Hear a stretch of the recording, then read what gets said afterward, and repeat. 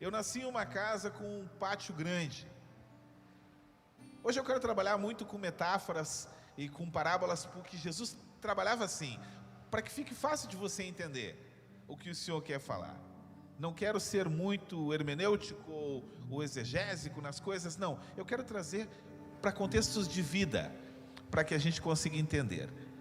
Eu morava numa casa com um pátio grande, e eu recordo que a nossa casa, em determinado momento, ela era feita de caixotes de caixa de parafuso. Veio um temporal e derrubou a casa, e o pai construiu dois lados da casa com caixotes de parafuso. E nós morávamos ali e éramos felizes. E eu não tinha PlayStation, eu não tinha celular, eu não tinha WhatsApp. O meu pai dizia assim: eu vou te ensinar a plantar. E eu aprendi tantas coisas com o pai plantando. Nós plantávamos tomates e ali tinha que fazer um canteiro um pouco mais alto e tinha que fazer um cercadinho de madeira para que o tomate subisse no cercadinho. Também plantava morangos em um outro canteiro, mas eu tinha que cuidar para as lesmas não comerem os morangos. Plantava também agrião no outro lado do pátio, onde havia um poço. E depois ele me ensinou a plantar algumas árvores frutíferas. E havia um tipo de árvore que nós plantávamos, cuidávamos dela. Num ano ela dava frutos, no outro ano ela não dava fruto. E quando eu preparava essa mensagem hoje, o Senhor me fez lembrar dessa realidade.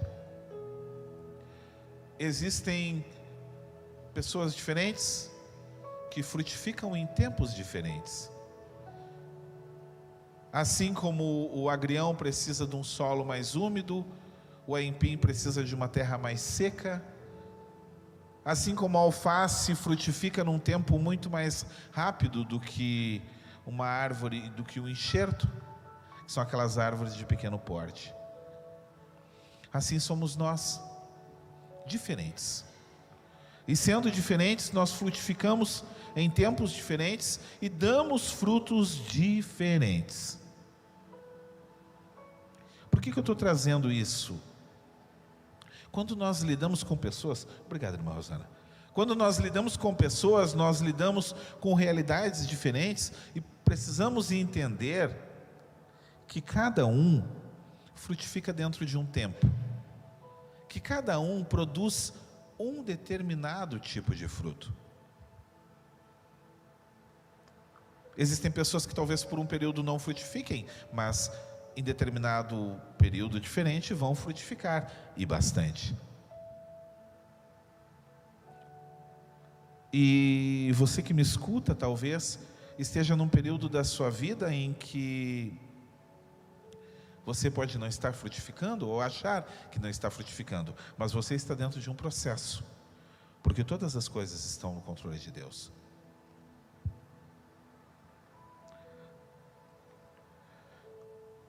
Se eu avançar nessa questão do raciocínio, como estou dizendo, existe também um outro ciclo de frutificação, que é um ciclo de evolução pessoal, evolução de conhecimento. Paulo, quando escreve na primeira carta aos Coríntios, no capítulo 13, versículo 11, ele diz assim: eu era menino, falava como menino, sentia como menino, discorria como menino, mas logo que cheguei a ser homem, acabei com as coisas de menino. Existe um ciclo de evolução pessoal nas nossas vidas, que é um ciclo que é aprender, ser provado e ser aprovado. Quando nós começamos no colégio primário, na primeira série, nós aprendemos coisas que são básicas, coisas que são clássicas. E nós temos uma professora que tem toda a paciência conosco, porque nós estamos em uma fase de um conhecimento primário. Mas nós vamos evoluindo E assim nós vamos avançando no conhecimento, fazemos o primeiro grau, fazemos o segundo grau, e nós vamos entendendo que quanto mais nós avançamos no conhecimento, mais nós somos cobrados e mais nós somos provados para sermos aprovados. Ou seja, quanto mais você evolui, quanto mais você avança no seu conhecimento, mais difícil fica. Isso faz parte de um processo de crescimento. E por que a gente aprende estas coisas?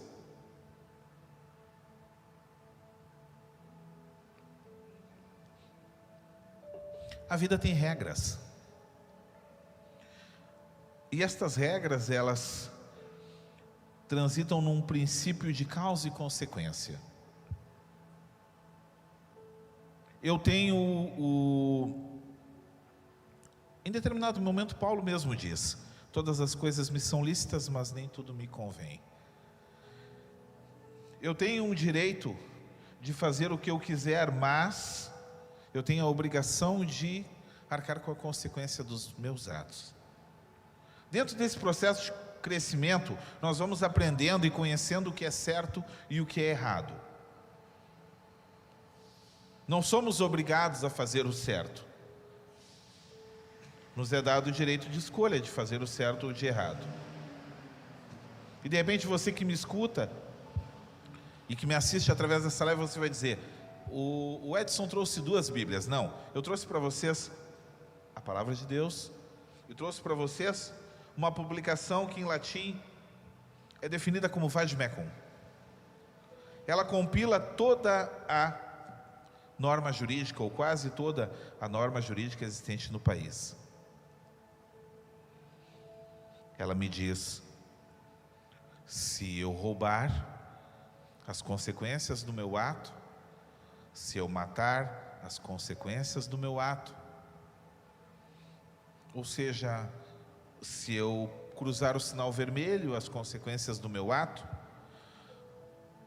se eu roubar 1 quilo de carne, as consequências do meu ato; se eu sequestrar alguém, as consequências do meu ato. Ou seja, grande parte dos atos que infringem aquilo que nós chamamos de legal está previsto nesse livro. E também as consequências das atitudes. Mudo de livro, vou para a Palavra de Deus. A Palavra de Deus, ela nada mais é do que um manual para as nossas vidas. E ela nos mostra o caminho do certo e do errado, e nos convida a escolher o caminho do certo. Como o próprio texto diz: eis que ponho diante de vós a bênção e a maldição. Escolha, pois, a bênção para que viva. Eu tenho o direito de andar na direção contrária da vontade de Deus? Tenho. Mas eu preciso entender que cada passo que eu dou na direção contrária da vontade de Deus é um passo a mais que eu preciso dar no caminho de volta. Eu preciso entender que quanto mais eu me distancio de Deus e da sua vontade, mais eu preciso caminhar no caminho de volta. Portanto, eu não ganho nada andando na direção contrária da vontade de Deus. Isso nos leva a um determinado momento das nossas vidas a buscarmos uma coisa que eu chamo de ressignificação, que talvez o processo de ressignificação seja um dos mais sutis, e ele está nos pequenos momentos da vida. Eu vou criar um exemplo prático para vocês. Eu comentava isso hoje com a pastora Ana. Existem alguns processos que eles são inerentes da nossa vida. E quando eu falo de ressignificar, eu falo de dar um novo significado. Eu não estou falando de valor e nem de preço. Eu estou falando de um novo significado de coisas não venais, não materiais. Às vezes nós vamos fazendo escolhas nas nossas vidas, e as escolhas das nossas vidas nos levam a nos sobrecarregarmos, a sentirmos pesados, As escolhas que nós fazemos por muitas vezes nas nossas vidas nos geram cansaço, desânimo, canseira e uma certeza mentirosa de que não valeu a pena. Mas o que Deus quer tratar nessa noite, e nessa tarde, ou nessa manhã, na tarde para quem está ao vivo conosco, mas eu não sei em que horário você está vendo isso. É um tempo de trazer um novo significado. Existe uma série num canal fechado chamado Acumuladores. São pessoas que elas não conseguem desapegar de coisas que já não têm mais valor nenhum. Às vezes nós somos assim, nós não conseguimos nos desapegar de pessoas que já não nos contribuem com nada. Às vezes nós não conseguimos nos desapegar de relações que já são tóxicas, de situações que já são doentias, ou lugares ou circunstâncias que estão completamente fora do plano daquilo que Deus tem para a minha vida e para a tua vida. Eu vou criar uma analogia simples para que você entenda. Eu nunca vi ninguém recolher o lixo e ir lá na lixeira e dizer assim: seu lixo, eu não gosto de você, por que você fez isso comigo? Seu lixo, você só está chamando formiga, seu lixo, você é um chato. Lixo é lixo. Existem coisas que você vai lá, coloca dentro de um saco, fecha, porque você já não quer mais nem ter contato, vai lá, abriu a lixeira, botou, virou as costas e foi embora. Nunca vi ninguém dar tchau para o lixo. Tchau, lixo. Não existe isso. Às vezes nós abrimos mão de viver o novo, porque nós passamos a nossa vida olhando pelo retrovisor. Às vezes nós não conseguimos viver o que Deus já preparou. Em determinado momento Deus usa um profeta para dizer assim: não vos lembreis mais das coisas passadas, e pare de considerar as coisas antigas, porque eis que faço coisa nova que já vem saindo à luz, diz o Senhor. E a pergunta que fica é: pastor, não existe uma lixeira espiritual? Não existe mais, eu carrego entulhos de sentimentos que não constroem mais, eu carrego uma mochila cheia de pensamentos que já não são mais nem perto daquilo que Deus quer que eu pense. Pastor, eu ainda convivo com relacionamentos interpessoais que são tóxicos, que não contribuem em mais nada na minha vida, mas eu não consigo me desvincular dessas coisas. O que eu faço? Aonde existe uma lixeira espiritual onde eu possa colocar estas coisas?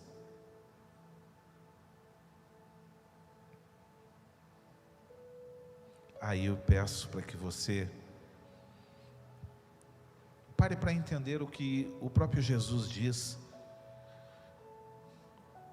Livro de Mateus, Evangelho de Mateus, capítulo 11, versículo... Eu vou pegar lá o contexto clássico. Eu gostei muito do 25 em diante. E disse assim, Mateus capítulo 11, versículo 25. Neste tempo, respondendo Jesus, disse: graças te dou, ó Pai, Senhor do céu e da terra, que ocultaste estas coisas aos sábios e entendidos, e revelaste aos pequeninos. Sim, ó Pai, porque assim te aprouve. Todas as coisas me foram entregues por meu Pai, e ninguém conhece o Filho senão o Pai, e ninguém conhece ao Pai senão o Filho e aquele a quem o Filho revelar. Deus, Ele tem total interesse em conectar contigo. Deus, Ele tem total interesse em ter um relacionamento, não de Deus, mas de Pai. E existe um caminho ao coração dEle. Ele mesmo disse, o próprio Jesus disse: eu sou o caminho, eu sou a verdade, eu sou a vida, ninguém vai ao Pai a não ser por mim. E neste texto Jesus deixa bem claro quando ele diz assim: e ninguém conhece ao Pai senão o Filho e aquele a quem o Filho quiser revelar. Não sei que momento da sua vida você está vivendo, não sei que momento da sua vida você está passando, mas existe um Deus que deu o seu Filho e abriu um caminho de relacionamento direto.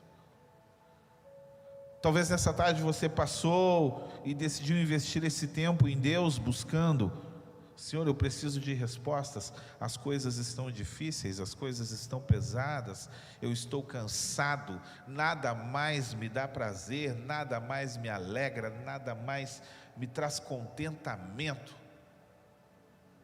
Você está carregando uma mochila gigantesca de coisas que não precisa mais carregar. E a partir do 28 disse Jesus assim: vinde a mim, todos os que estáis cansados e oprimidos, e eu vos aliviarei. Tomai sobre vós o meu jugo, e aprendei de mim, que sou manso e humilde de coração. Encontrareis descanso para as vossas almas, porque o meu jugo é suave e o meu fardo leve. Gabi, eu te convido nessa tarde,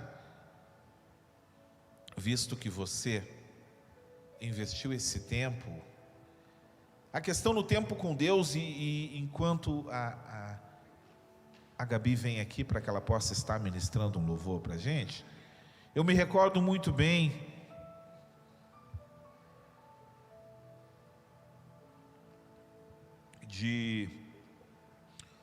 o testemunho de um adorador chamado Ron Kenoly.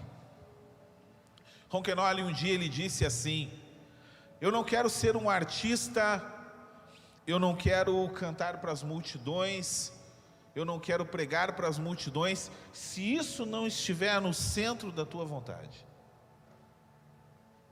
Eu não quero ser um animador de plateia, eu não quero ser uma pessoa que esteja motivada em pregar a tua palavra, cantado ou não, dependendo do número de pessoas que aparentemente me escutam. O culto não foi feito para as pessoas, o culto foi feito para o Senhor. E nessa tarde, aprove a Deus, para que nós estivéssemos aqui, cultuando ao Senhor por tudo aquilo que Ele tem feito, e grandes coisas Ele tem feito nas nossas vidas.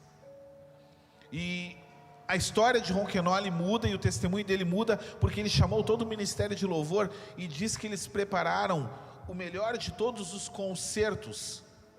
O maior e melhor de todos os concertos que eles já fizeram foi um dia em que eles foram para a igreja com as portas fechadas, e ali eles apresentaram o seu melhor e se derramaram, e a partir daquele momento Deus começou a fazer coisas sobrenaturais através da vida deles, porque aquilo que Deus preparou não era simplesmente para que a vida deles fosse alcançada e que eles recebessem a medida transbordante, recalcada e sacudida, mas a medida transbordante, recalcada e sacudida veio para que eles transbordassem na vida dos outros. Aquilo que Deus produz nas nossas vidas, Ele não produz para que nós sejamos crentes gordos, embora alguns de nós sejamos um pouco gordos, mas para que nós transbordássemos em todos os sentidos. Um tempo curto que nós estamos juntos, e que ao longo desses 30, 40 minutos em que você pode estar nos acompanhando, que você consiga entender isso de uma forma muito clara. Abra mão de coisas que não constroem mais. Abra mão de coisas que não edificam mais. Talvez você olhe a sua mochila e consiga contemplar os seus pecadinhos de estimação. Talvez você olhe para a sua mochila e olhe ali uma série de coisas que vão contra aquilo que Deus espera de você. Talvez você olhe para aquela sua mochila de coisas velhas e contemple coisas que sinceramente você teria até vergonha de contar. É tempo de mudança de mente, é tempo de uma ressignificação das coisas. Deus tem pressa. Eu repito, Deus tem pressa. Deus tem pressa em mudar a tua história. Deus tem pressa em mudar a sua história. Deus tem pressa em mudar a história da Gabi, do Pedro, da Rosana, da Ana. Ele tem pressa. E a chave de tudo é: talvez você diga, o que estas pessoas ganham estando ali?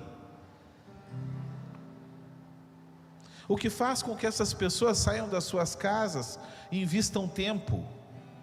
Essas pessoas devem estar ganhando muito bem para fazer o que fazem. Eu quero te revelar um segredo. Nós ganhamos muito bem para fazer isso.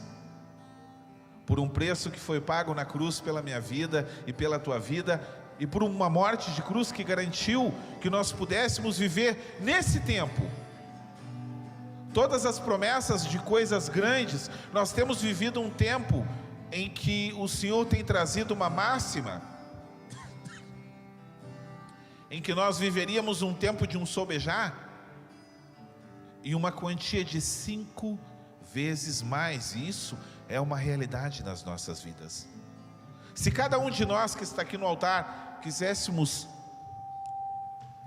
estarmos cultuando em um culto simplesmente para testemunhar aquilo que o Senhor tem feito, daria um culto por pessoa aqui, por tudo aquilo que o Senhor tem feito nas nossas vidas.